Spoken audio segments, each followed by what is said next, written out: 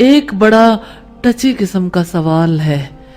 خواتین اس پر بہت زیادہ محسوس کرتی ہیں کہ ایک سے زائد بیویوں کی اسلام نے کیوں اجازت دی. تو ایک ہی عورت سے شادی کرنے کا فائدہ ہے، عافیت ہے، کیونکہ ایک انسان کا ذہنی سکون ایک ہی بیوی کے ساتھ قائم رہ سکتا ہے. ایک سے زیادہ بیویوں میں انصاف کرتے کرتے انسان ختم ہو جاتا ہے اور انصاف نہیں ہوتا، انصاف کرنا مشکل ہو جاتا ہے. اسی لیے اللہ تعالیٰ نے یہ فرمایا کہ اگر تم انصاف نہ کر سکو تو ایک ہی کافی ہے. اس سے پتہ چلتا ہے کہ ناگزیر ضرورت کے بغیر ایک سے زائد شادیاں کرنا خطرناک ہے. ایک سے زائد شادیاں نہیں کرنی چاہیے. ایک سے زائد بیویوں کے فائدے بھی ہیں. عدل کی شرط کے ساتھ خاندانی زندگی کو افراتفری سے بچا لیا گیا ہے. آپ دیکھیے کہ ایک فرد ہے جس کی باہر کہیں انڈرسٹینڈنگ ہو گئی، اب گھر والے ہمیشہ مستقل ایک تکلیف میں.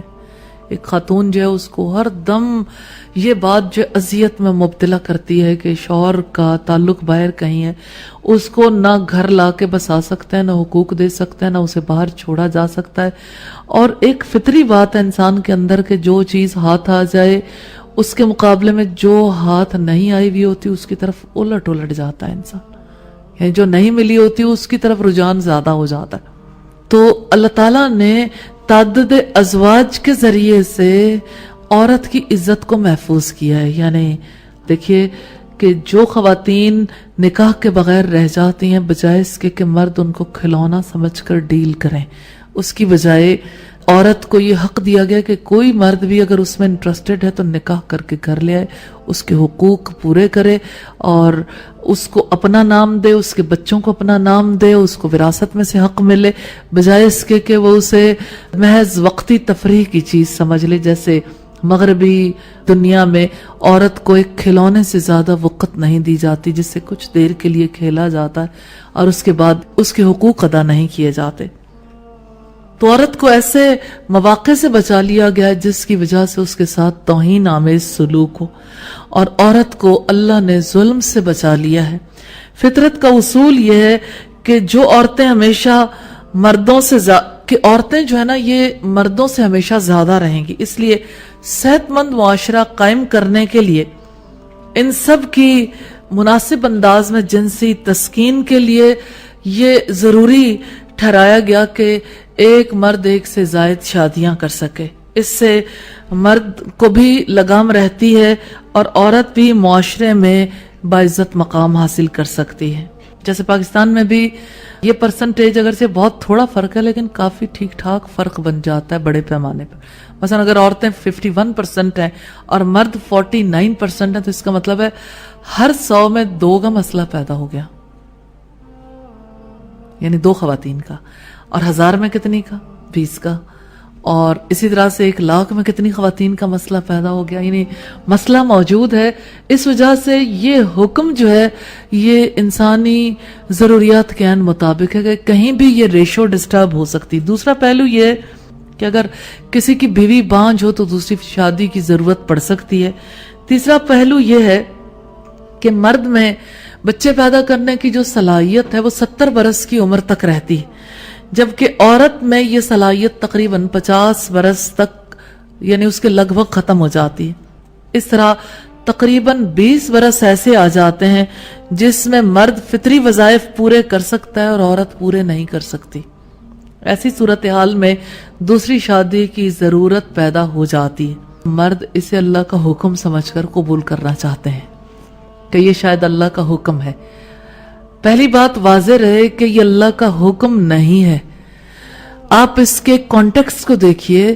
کانٹیکسٹ کیا ہے کہ اگر تم یتیم لڑکیوں کے درمیان انصاف نہیں کر سکتے اور تمہیں نکاح کی شدید ضرورت محسوس ہوتی، اچھا ہے اپنے آپ کو بے انصافی سے بچانے کے لیے 2 3 یا 4 خواتین سے نکاح کر لو، لیکن عدل کرو. اور اگر عدل نہیں کر سکتے، یہ بات کیوں نہیں دکھتی فَإِنْ خِفْتُمْ أَلَّا تَعْدِلُوا فَوَاحِدَةً کہ اگر تم انصاف نہیں کر سکتے ایک ہی کافی ہے.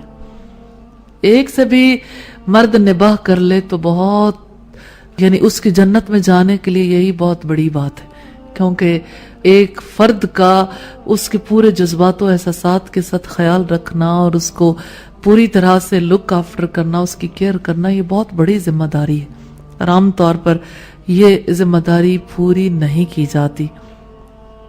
تو تعدد ازواج جو ہے عدل کے ساتھ اللہ تعالیٰ نے اس کی اجازت دی ہے، اور اس عدل کا اطلاق ہوتا ہے معاملات میں، خرچ میں، ازدواجی تعلق میں عدل، حسن معاشرت میں عدل۔